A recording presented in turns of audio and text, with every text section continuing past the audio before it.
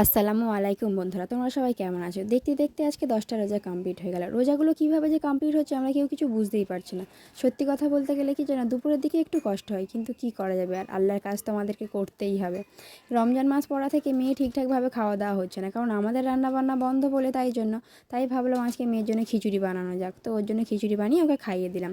তারপরে আমাদের কাজগুলো সব কমপ্লিট করলাম, সব সবজিগুলো কেটে নিলাম। এই ছোটো ছোটো বাঁধাকপিগুলো আব্বা বাজার থেকে এনেছি, কি কিউট লাগছে তাই না?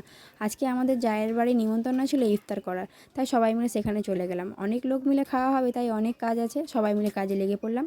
সব ফল টলগুলো কুচিয়ে নিলাম, কুচিয়ে নিয়ে সুন্দরভাবে ইফতারটাকে সাজালাম। ইফতার সাজাতে খুব ভালো লাগে আর দেখতেও খুব সুন্দর লাগে। তারপরে মুখ টুক ধুয়ে নিয়ে আমরা ইফতার করতে বসে পড়লাম।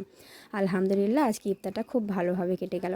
তারপরে আজকে খুব ইচ্ছা হচ্ছিলো ফুচকা খাওয়ার, কিন্তু নসিবে না থাকলে যা হয়, ফুচকা দোকান বন্ধ ছিল, তাই জন্য এই খাবারগুলো খেয়ে নিলাম।